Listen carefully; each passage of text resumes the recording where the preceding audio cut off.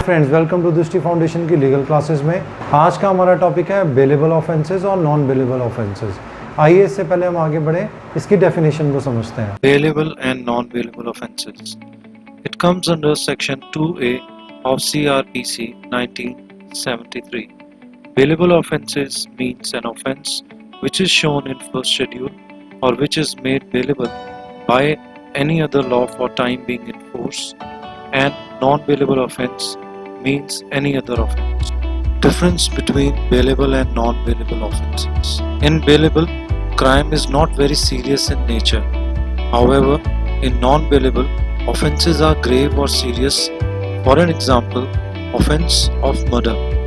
In bailable, bail is claimed as a matter of right.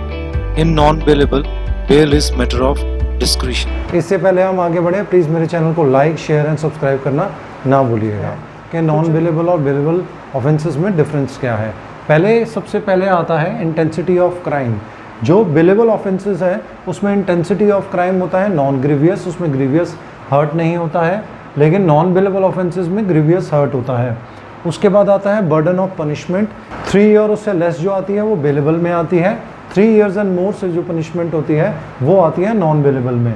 Power to grant bell, अब इसके अंदर जो power है वो ऑफिसर इंचार्ज के पास होती है बेल देने की, लेकिन नॉन बेलेबल में डिस्क्रिशन ऑफ कोर्ट होता है, वो बेल दे भी सकती है और बेल को रिजेक्ट भी कर सकती है। अब आता है अरेस्ट। इसमें अरेस्ट कौन कर सकता है? बेलेबल में विद वारंट अरेस्ट किया जाता है, यानी कि पुलिस ऑफिसर जो होता है वो वारंट लेके जाता है, लेकिन नॉन बेलेबल में विदाउट वारंट भी अरेस्ट किया जा सकता है, क्योंकि वो एक हीनियस क्राइम है। इसके लिए एक पुलिस ऑफिसर को वारंट की ज़रूरत नहीं होती है। कॉग्निजेबल ऑफेंसेस और नॉन कॉग्निजेबल ऑफेंसेस में काफ़ी कंफ्यूजन रहता है, तो आइए इनको समझते हैं। Cognizable offences is an offence for which police officer may in accordance with the first schedule or under any other law for time being enforce arrest without warrant.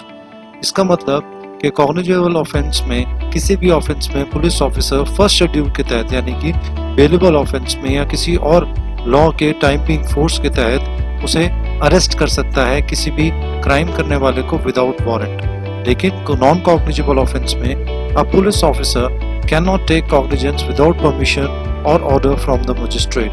Non cognizable offence के अंदर police officer किसी को अगर arrest करना चाहता है तो पहले उसे मजिस्ट्रेट के ऑर्डर की रिक्वायरमेंट। कॉग्निजेबल ऑफेंसेस में अगर 2 और मोर देन 2 ऑफेंसेस हैं, तो अगर एक ऑफेंस कॉग्निजेबल ऑफेंस है तो जो केस है वो कॉग्निजेबल केस के तहत ही आगे चलेगा। हालांकि नॉन कॉग्निजेबल ऑफेंस में ऐसा नहीं है।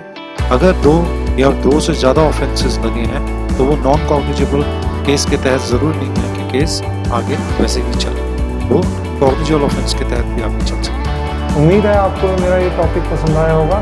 Thank you for watching my video.